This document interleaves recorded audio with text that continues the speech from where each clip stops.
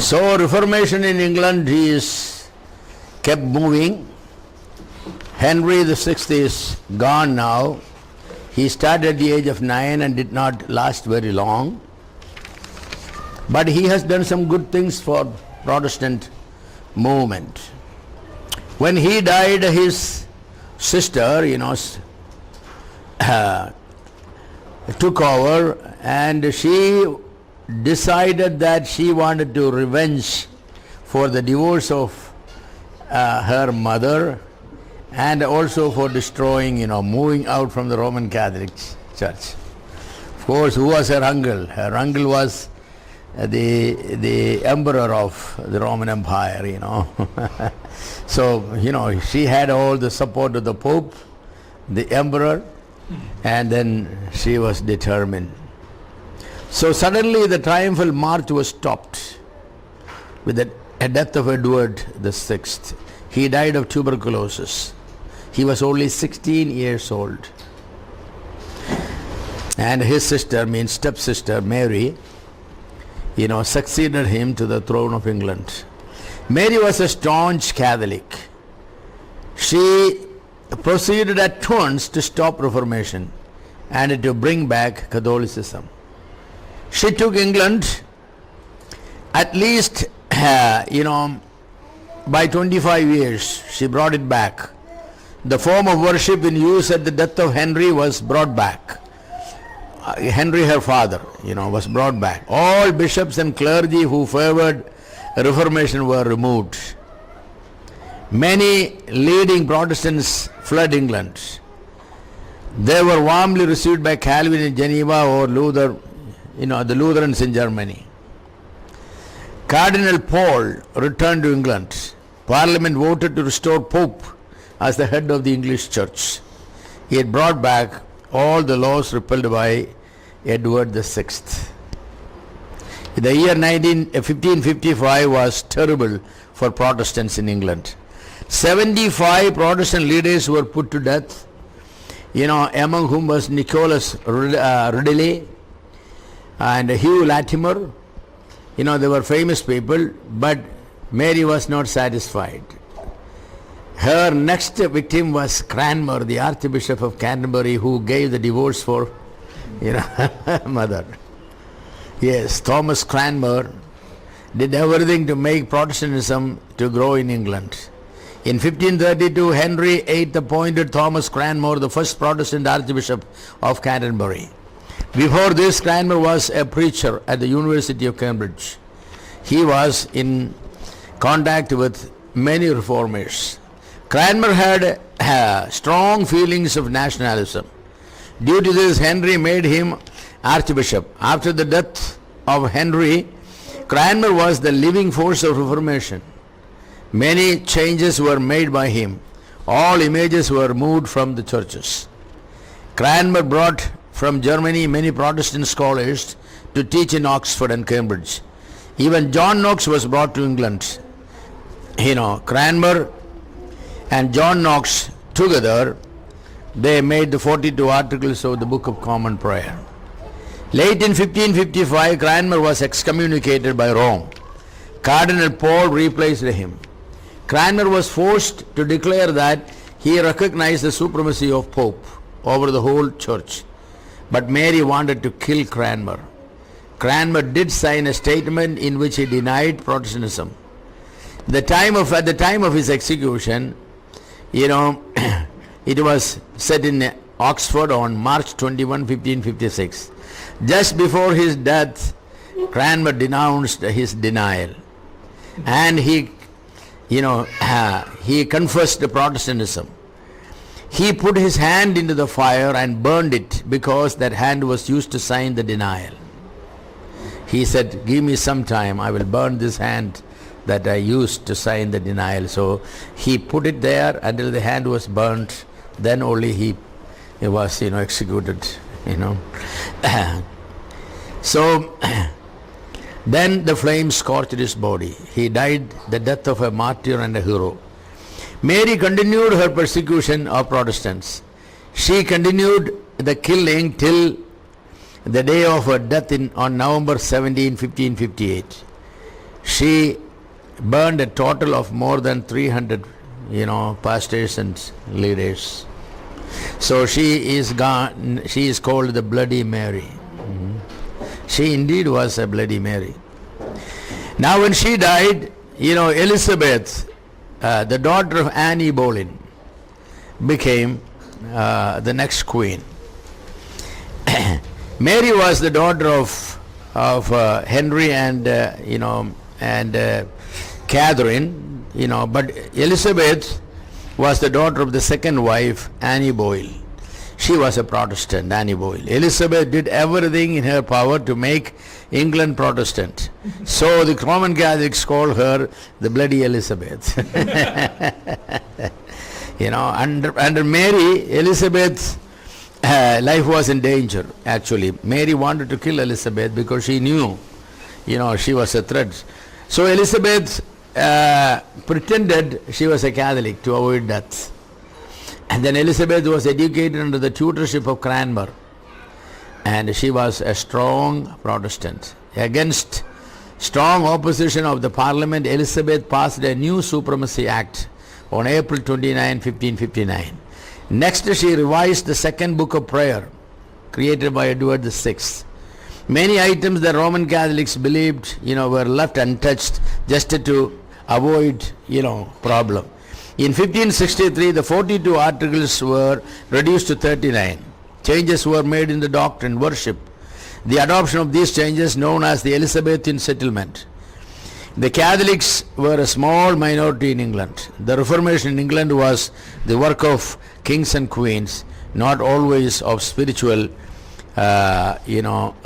leaders. It was a political one. So England basically, then all the kings who came were basically, Protestant kings. The Reformation, the Roman Reformation, that is called the Counter-Reformation, The Catholics all over the world had desired some changes in the Roman system. The disgrace of the Babylonian captivity, the scandal of the Great Schism, and the many abuses existed in the system. People cried for a change. Roman Catholic Church held a couple of councils in Pisa, Constance, and Basel during the 1400s. However, no good came out. All the evils were centered around the Curia, which is the papal government, the body of the cardinals, yes. Worldly Italian princes were controlling the Curia. Leo X was a good man, but he needed money to finish St. Peter's Basilica. For this, the sale of indulgences. And Luther's, opposed them. And we know the story. Then Luther brought Germany out of the control of the Pope and Rome. A generation before, in Spain, Reformation started under a man called Ximenes, Ximenes, Ximenes. He was a Franciscan monk. He became the Archbishop of Toledo. He wanted to enforce strict discipline. He wanted to reform the clergy. Why reform ordinary people, he said. They are not the one who make problem. It's a clergy. So he wanted changes to be brought in the lives of the clergy.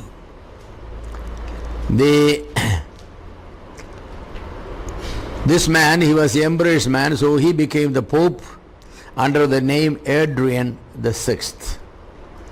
Pope Adrian was a Dutchman and he was pious. He tried to reform Rome, but he failed. He was never fully accepted by the Italians. He had no idea how deep was the corruption in Rome. The papal court was a vast machinery with thousands of workers. At every turn he made, he faced opposition. Adrian was exhausted and died in 1523. Didn't last very long. He was the last non-Italian pope. Now the next non-Italian pope is the present one from South America, So otherwise Italians continuously were. Adrian made great act which some think was the greatest mistake, while others say it was a great deed. He went to Germany and publicly admitted that the papal court at Rome had made many mistakes before the Lutherans, This was the statement of a pope in his office. So now the truth is known to all, because ex cathedra pronouncement of the pope admitting that the council has made mistake. They always believed the council is inerrant. Now pope admitted it. The Vatican court is corrupt. He said something must be done. So a council was called at Trent.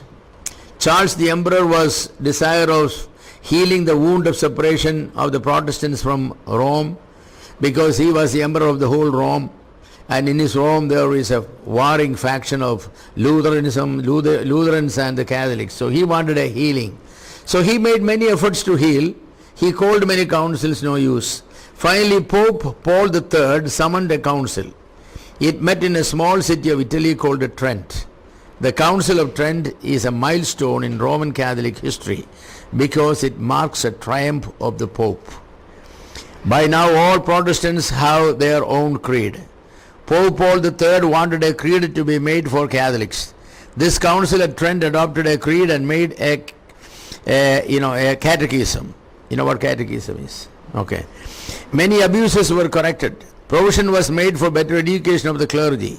The supremacy of papacy was established. Actually, the Roman Catholic Church did not make any reform. It removed eventually,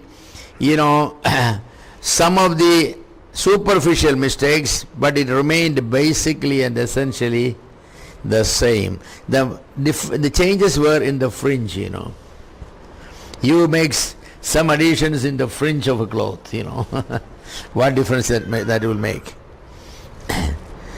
The reform of the Catholic Church is called actually a counter-reformation. The Protestant Church now found against them a reformed Catholic Church. That means the struggle against the Catholic going to be more terrific fight. The Protestant churches fight for their lives. Charles V tried to destroy Protestantism from his empire. Charles was a man who won't say much. He speak very little. Occasionally he would say something and everybody will listen. It was said about Stalin like that. Stalin spoke very few words. He won't speak anything.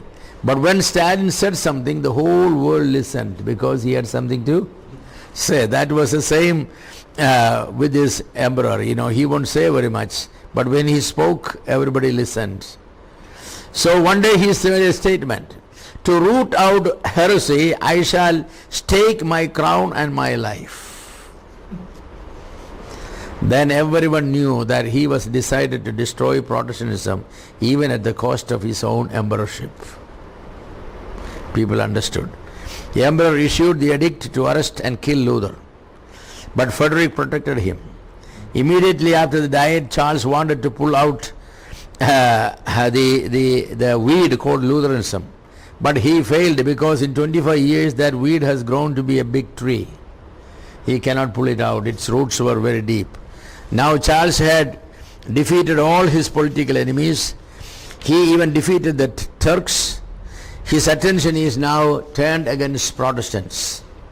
Now that Charles began his plan to attack Lutheranism, there arose an internal enemy called Maurice of Saxony. He also made Charles a prisoner almost. He made, but he let him go. Someone asked, why did you let Charles escape? He said, I did not have a cage good enough to put him in.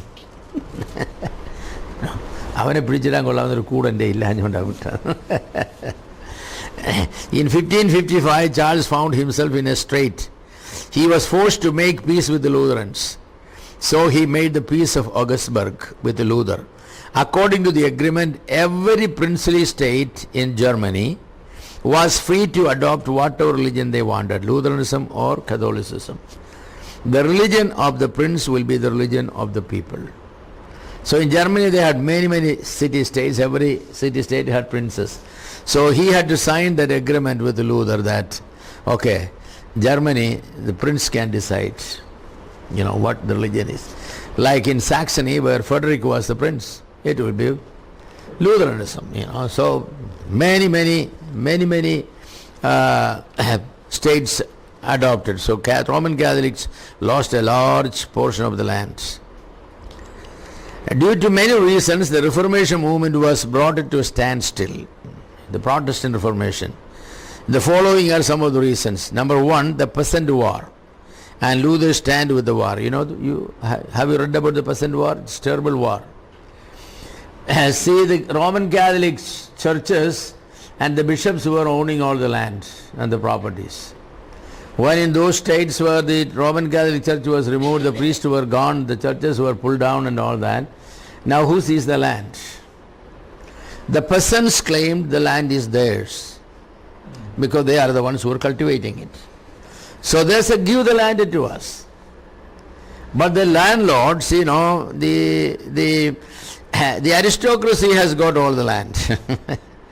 Even though the priests and all churches were all gone, the people who gave it to the churches, they got it. They gave it to the middle class people basically. So the land, instead of falling in the hands of the peasants, it came the middle class. So the poor peasants were very much, shaken, and they have taken weapon in their hands. The peasants' war broke out, and lot of people were killed, and Luther sided the middle class. So Luther made the common people his enemy. So basically, Reformation had to be ended there because the people won't accept Luther anymore. So this made common people against Luther and Lutheranism. Reformation was confined to middle class and upper class. That was a blow. The second reason is the problem of the Anabaptists. Some of the Anabaptists did not accept Luther or Calvin because they were mild Roman Catholics in their view. They said the Reformation doctrine, hurt the church and helped the state. It helps only the upper ruling class. Again, the ordinary people were turned away from the Reformation. The third reason was the division among the Protestants. The Romans took advantage of it. Germany is under Lutheranism, France is under Calvinism or the Presbyterian Church. And so basically they were all divided. The Anabaptists were in some places, and Roman Catholics, they exploited that situation because the Protestants were not united. They were kind of fighting each other. Fourth, the people misapplied the doctrine of justification by faith. Calvin and the others so clearly said that no good work is needed for justification before God. Good work has nothing to do with salvation, only by grace, by faith. But you know what people understood by that one? They understood that you don't need to do any good works. You can live the way you want. You are justified by faith. You can drink, you can have 2 wives, you can have this and that. It doesn't matter how you live, because salvation is by faith. As long as you keep believing, you can practice what you want. So what happened, Lutheranism gave birth to a very licentious way of living. It was never expected. Luther only said the truth that, he was fighting against the Roman Catholic doctrine of salvation by, works and sacraments and all that. But it just, in Malayalam we say that kokkinu vechadu, alla chakkinu vechadu, kokkinu kondu ennu paranja poleyanu, so that happened. So, when I read about it, I thought that we need to be very careful. When we say that good works are not necessary, we immediately have to say that, but good works are expected from the saved, and good works are the sign of your salvation.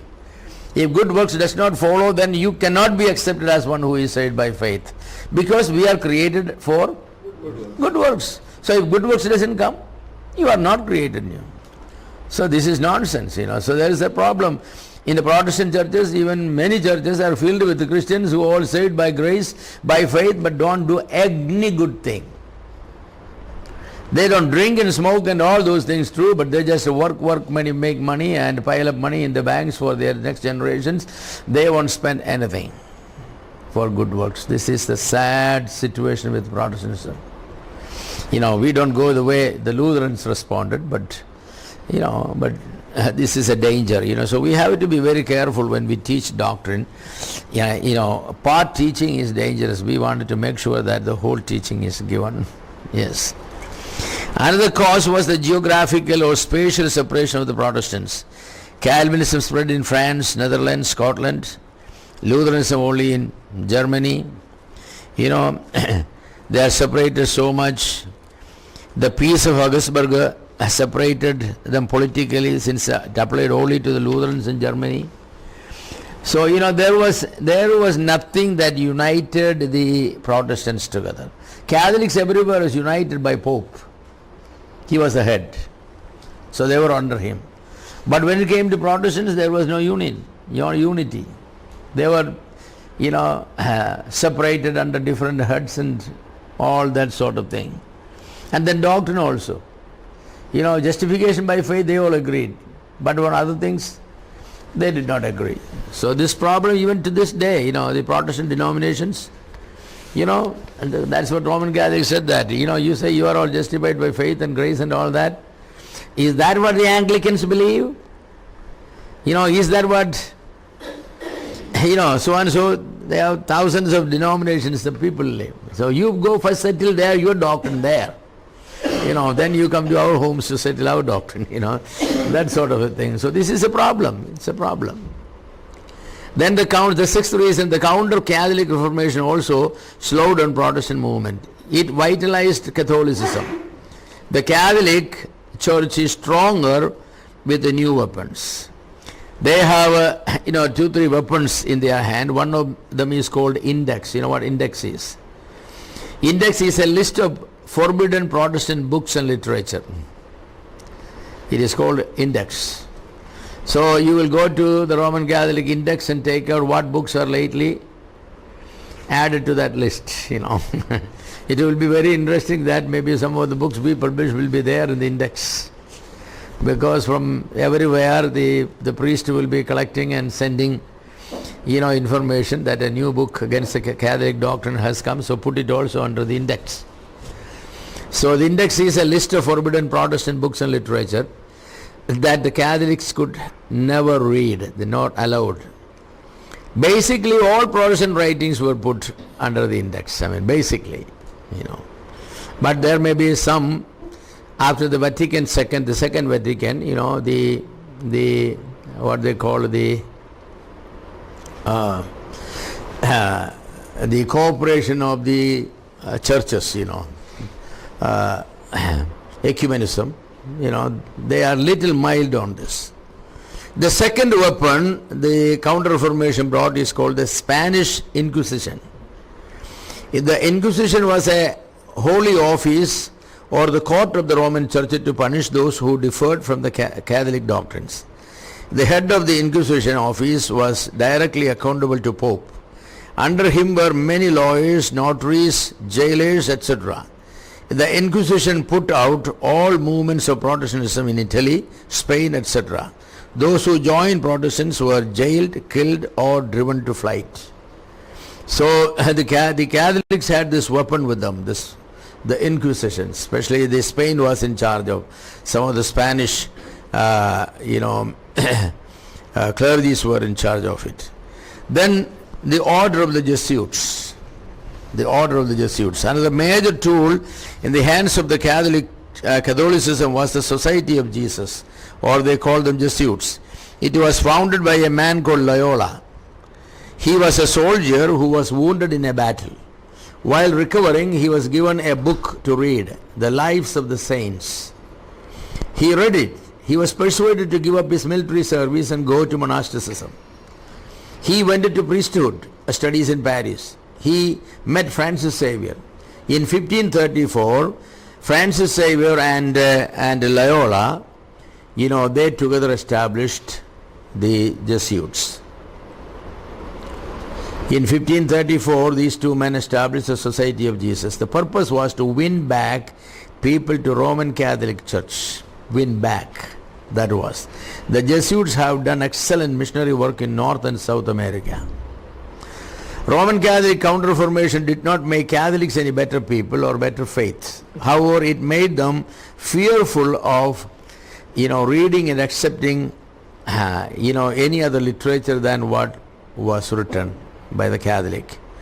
Basically, therefore, it slowed down Reformation. Before, Luther's pamphlets and literature were accepted by people everywhere, They were sending all over Europe, and they were taking it and receiving. They didn't have to be afraid that reading it will make them heretics. But now, after, this index, anybody in possession of any book or literature written, put under the index category, they are a heretic. They are a heretic. They are reading literature that is forbidden. It will be like reading Mother India, by anybody. Anybody in possession of Mother India will be, will be executed. That's that much a serious crime it is. So it is like that, So, the Roman Catholics were afraid, frightened. So that affected the Reformation movement, because the Reformation was a movement that, that grew by literature mostly, the literature, the 95 Theses and all that. This is a literature work. The one-to-one sharing and the public preaching were all there, but more people were reached all over the world through the literature. Now the Roman Catholics are the people to whom you will give the literature, and they won't accept it. And that attitude is even today, Even today. You go and give some book to a Roman Catholic, unless he is a rebel Roman Catholic, he will say that, no, we have our own books to read. Our clergy has told us not to accept anything like this. And once the priest will say it, they will throw it off. When I went to Pala, that is a Rome in India, in 1989, that was a time I reached there couple of days, maybe a week before what was the saint there in Palai? Alphonsam, yeah. That was Alphonsa's Perunal, So people, there are lakhs of people. I have printed some 10 to 15,000, small books, the Roman Catholics, the wrong teachings of the Roman Catholic Church examined by the POC Bible, that's certain. Man, yeah. People just took it. Everybody was taking it. Everybody was taking it. And I was, after reading the church history and all that, I thought that how innocent are these Catholics. But they were all taking it. And they took home and read it, I guess. But that Sunday, the bishop's letter went out to all churches, condemning, then they named that a Protestant group has come in Palai, and they are engaged in activities. Do not accept, welcome them in homes or take any literature from them, and all that is taken out, received from them must be burnt. Man, so I was on the spotlight. I received one letter from a man, Joseph Pulikundan, who was, I received one letter, he said that, Mr. Thomas, I'd like to meet you.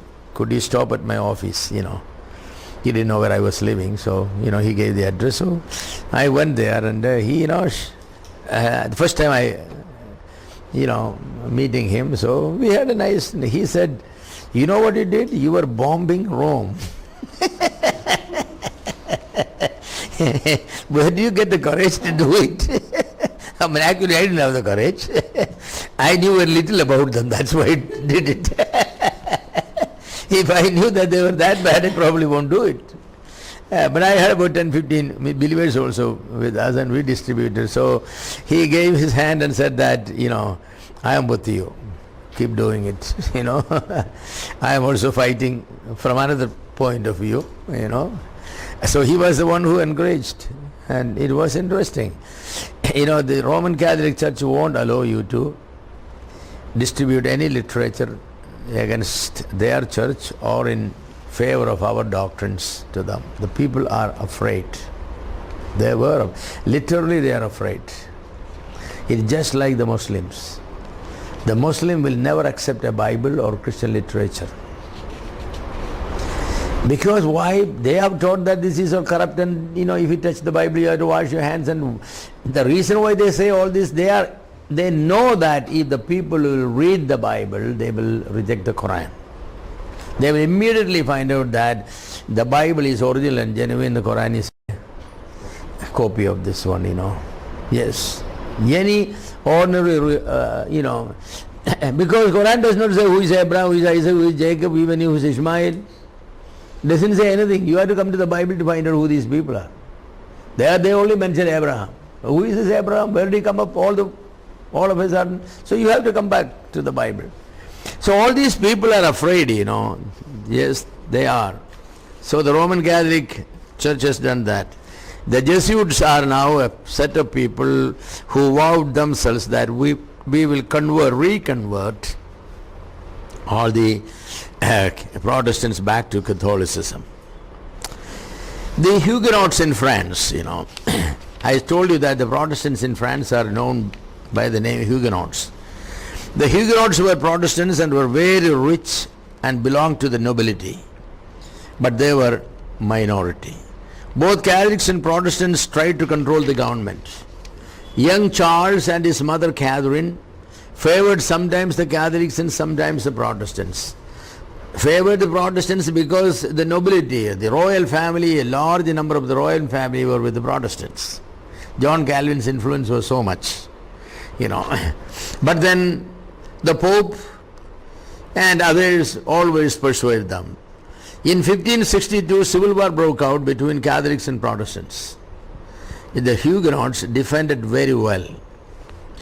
In 1570, a brief peace was made. The Huguenots were given certain towns where they were free to defend themselves. For a while, Admiral de Cotigny, I think that's a Cotigny, Cotigny, maybe. These French names are not pronounced as English, with the phonetics, and nothing would help them help there. So, I may be saying that name wrong, but Admiral de Coligny, the leader of the Huguenots, acted as the prime minister for Charles and his mother. Henry Bourbon, a Protestant, was to marry Margaret, the sister of Charles. So it became a possibility that when the king died, this Henry would become the next king, because they didn't have male members in the family for the throne. However, someone told the mother Catherine that the Huguenots were trying to kill the king to take over the throne. That was not true. Catherine convinced the young King Charles to wholesale massacre all the Huguenots before they will kill the king and take over. In the early morning of August 24, 1572, this was the Saint Bartholomew's Day, bells were rung in the city of Paris and the massacre was begun. Instructions were given to all the Catholics, kill all the Protestants you find everywhere. So they were ready, and as the bell rang in the early morning, killing started.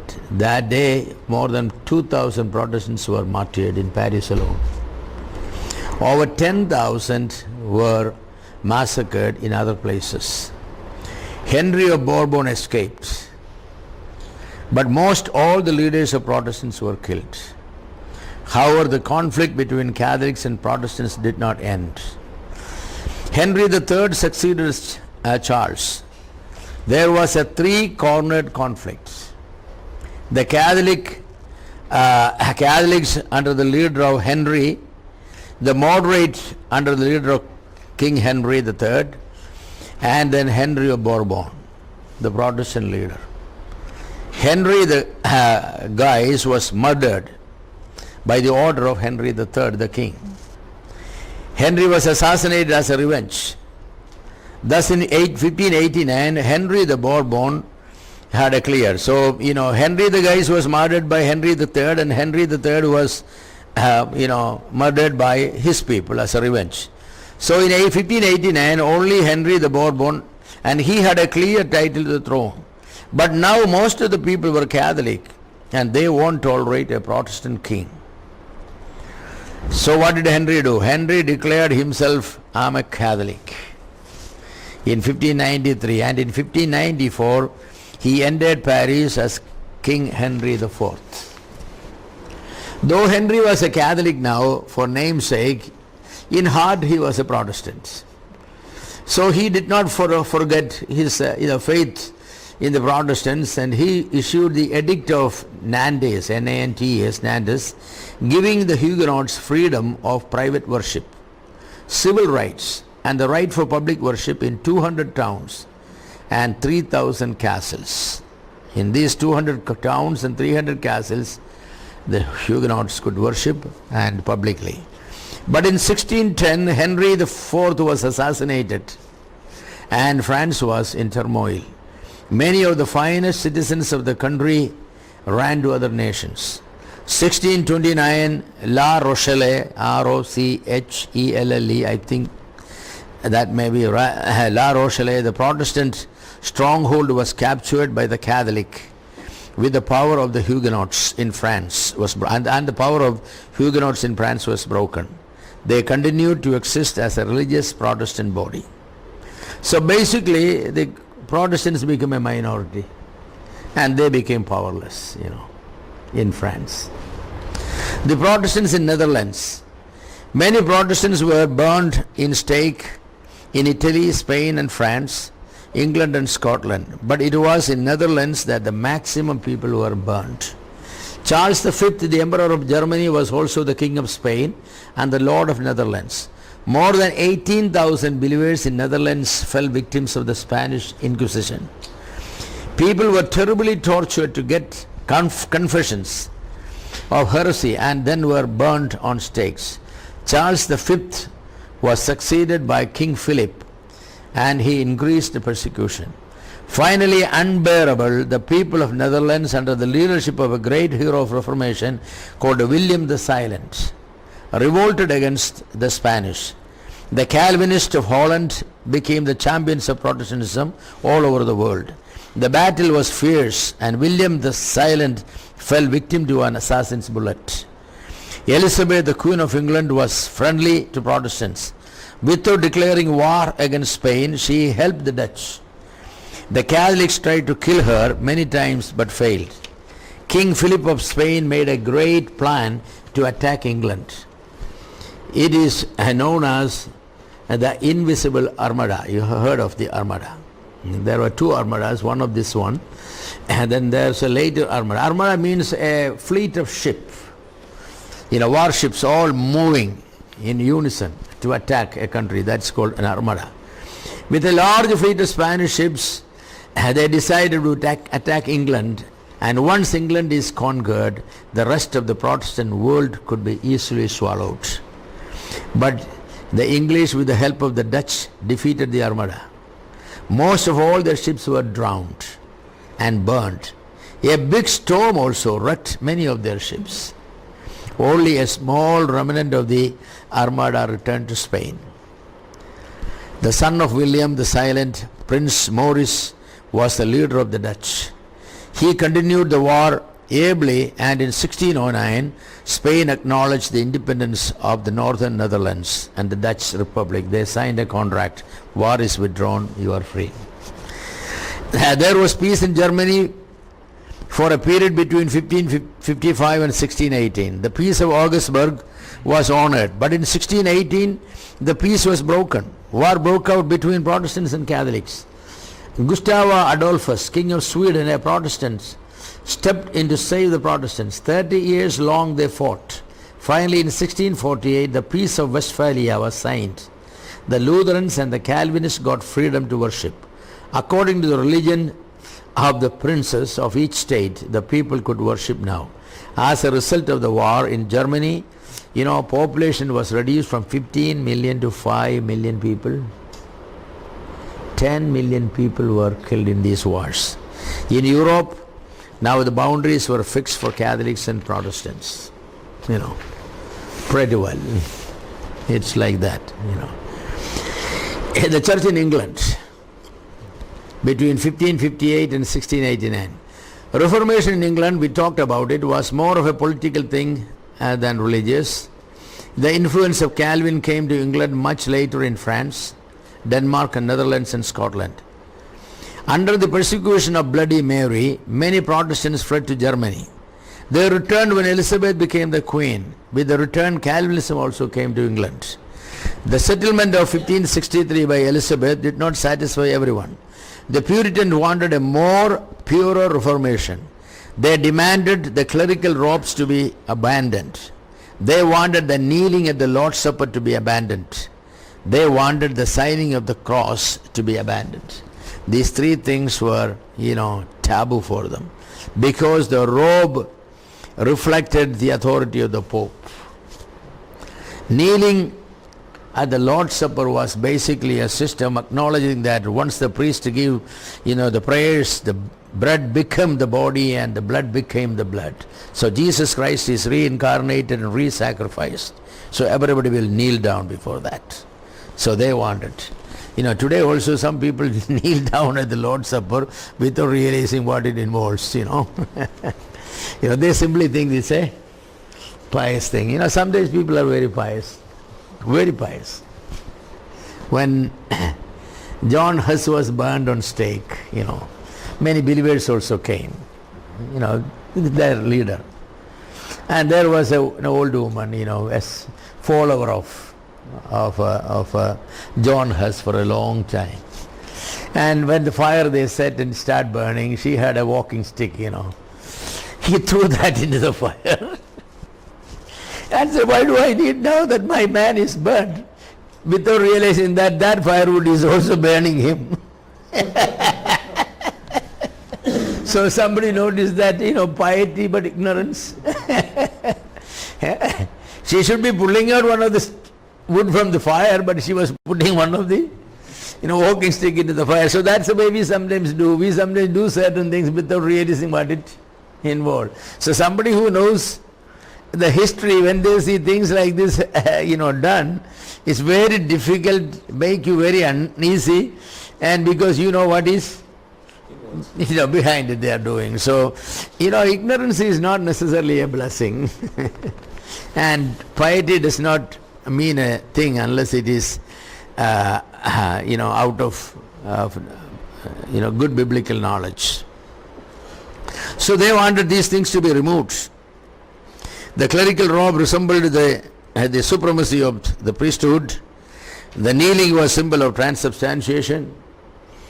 And the signing of the cross was worshipping the cross as an idol, So they didn't want that. They wished the church to be reformed to Calvinistic system. One thing was certain for the reformers. The Church of England cannot be transformed from within. They therefore separated from the Church of England. These people were called the Congregationalists and the Independents. These were the people who migrated to America in the Mayflower. Yes, and started the colony there and the Protestant movement there. The Puritans opposed the Episcopal form of government of the church. However, they never wanted to leave the church. They wanted to stay in and reform the church. However, both the Puritans who stayed in and the Congregationalists who left the church were Calvinist in doctrine.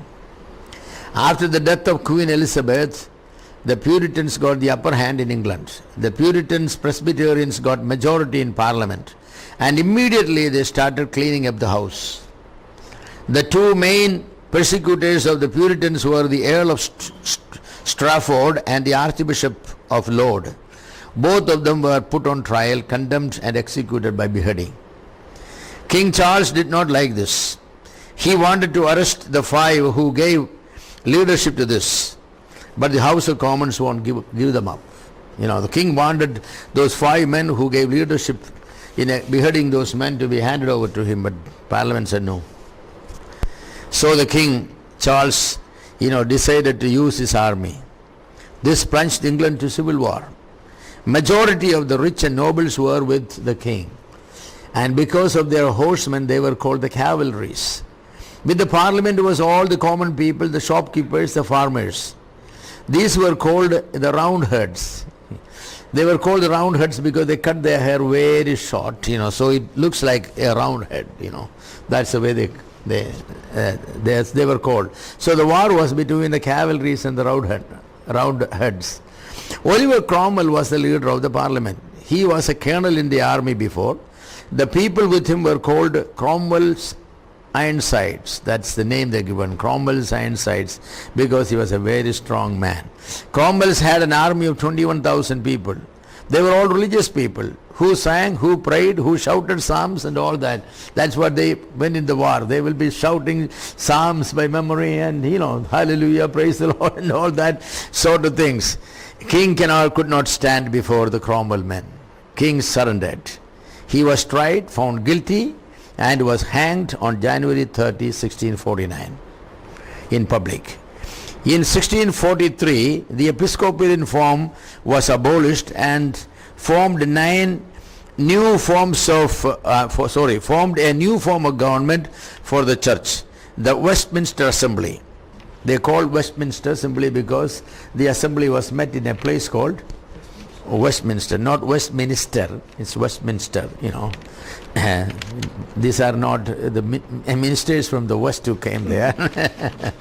Because that's a mistake that many people make, Westminster Assembly. No, Westminster Assembly. It became a mixture of Episcopalian and the Congregational. But the overwhelming character was Presbyterians. Because the Scots gave support to the war, a number of Scots were given seat in the Westminster Assembly. The Westminster Assembly became one of the history-making assemblies of the church. They prepared a directory worship to replace the Episcopalian prayer book. They drew up a confession known as the Westminster Confession. They prepared a larger and shorter catechism for teaching adults and children. In 1648, the Parliament accepted all these reforms. It is interesting that the work of Reformation of the Calvinists in England and the 30-year war in Europe came to an end at the same time. After King Charles first died, it was the army which had controlled. The army composed mainly the Congregationalists. Cromwell himself was a Congregationalist, so the Parliament decreed that the church would be, a Congregational Presbyterian mixture, and the army, will be taking the administration. From 1649 to 1653, England was a Commonwealth or Republic. Cromwell was made Lord Protector, and England was practically a military dictatorship. Under Cromwell rule, there was a religious freedom for all religious groups, especially for all the non-conformists and dissenters, the Puritans, the Congregationalists, the Quakers, even everybody was given religious freedom. Cromwell gave. However, some 2,000 Episcopalian clergy had been deprived of their livelihoods and suffered, many hardships, because, the Episcopalian Church was disapproved, and so these ministers, where will they go? All the churches are either Congregational churches or Presbyterian churches or Quakers, and also these people, were begging basically for food. And now, on September 3, 1658, Cromwell died. His son Richard could not fill his shoes very well. The great man of that great man of people, with his death, the Protestant movements again suffered. So they brought back the son of Charles II, and made him king in 1660. The return of the House of Stuart, that is, the family is called the House of Stuart. To this day it is the House of Stuart that is ruling there. The throne they brought back in, and it is known as the Restoration of 1660. In 1662, the Parliament, now mostly Anglicans again, passed a new Act of Uniformity. 600 changes were made in the prayer book, and all against the interest of the Puritans. 2,000 Presbyterian pastors who refused to agree were driven from their parishes and reduced to poverty. It always as a revenge. In Scotland also persecution against the Presbyterians took place. Thousands were drowned and hanged. In England many Puritans suffered. Two famous names are one John Bunyan and the other is John Milton. John Bunyan is known for what? The Pilgrim's Progress. He was put in the jail, very rude jail, on a concrete floor. He had to sleep, and it is there he made that classic work. And John Milton also, he was basically blind this time. In loneliness, he was in jail and he wrote Paradise Lost. So what actually he meant Paradise Lost? The freedom that was existing in England, that is lost. Oh, he meant that. Then paradise regained, On the death of Charles II, his brother James II came to power. He was a staunch Catholic and decided to make England Roman Catholic. He sided with the King of France to bring back Roman Catholicism. The Puritans, the Presbyterians and the Congregationalists all appealed to the King of Netherlands, William III, come and help us. His wife was the daughter of James II. James II, a Catholic here. His sister, Mary, was a strong Protestant in Netherlands. So William III with an army crossed the sea from Holland in 1688 and drove out his father-in-law, James II. William III and his wife Mary were crowned as King and Queen of England. William III stopped Roman Catholicism in England, Holland and America. Catholics under the leadership of the King of France made a war against William in Ireland.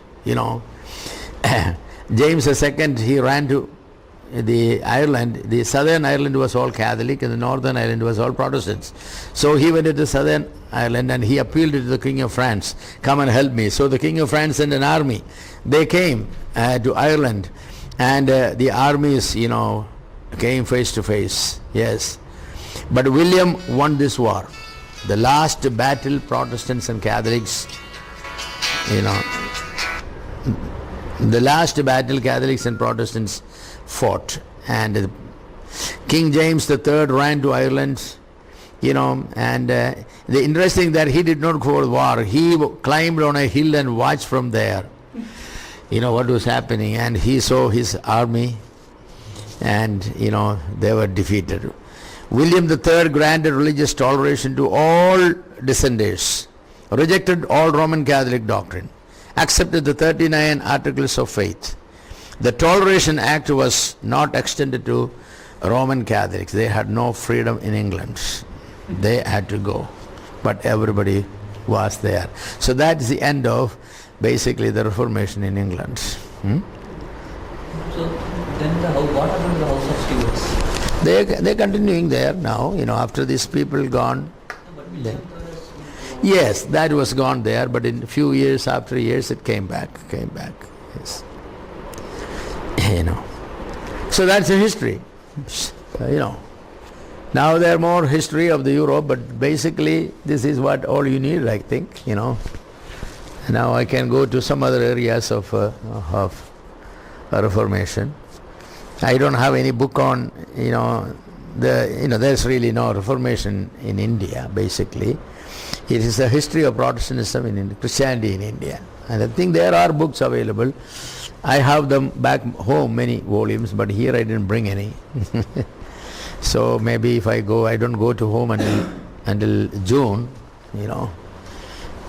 So hopefully I will try to find a volume. If any of you get a good volume on Christianity in India, please pick it up for me, I will, otherwise I'll try with what I have. I may try to get some. Okay, our time is up, so that's the end of it. So this continues basically. This continued all the way up to, tell you right now. Yes. This is a complete, basically the Reformation period of the church. Now the fourth part is the post-Reformation era. That is from 1558 to the present. I'll give you some information on that one. And then the church in the New World. 2 more chapters are there. So next week, God willing, we will talk about the post-Reformation era of the church from 1558 to the present.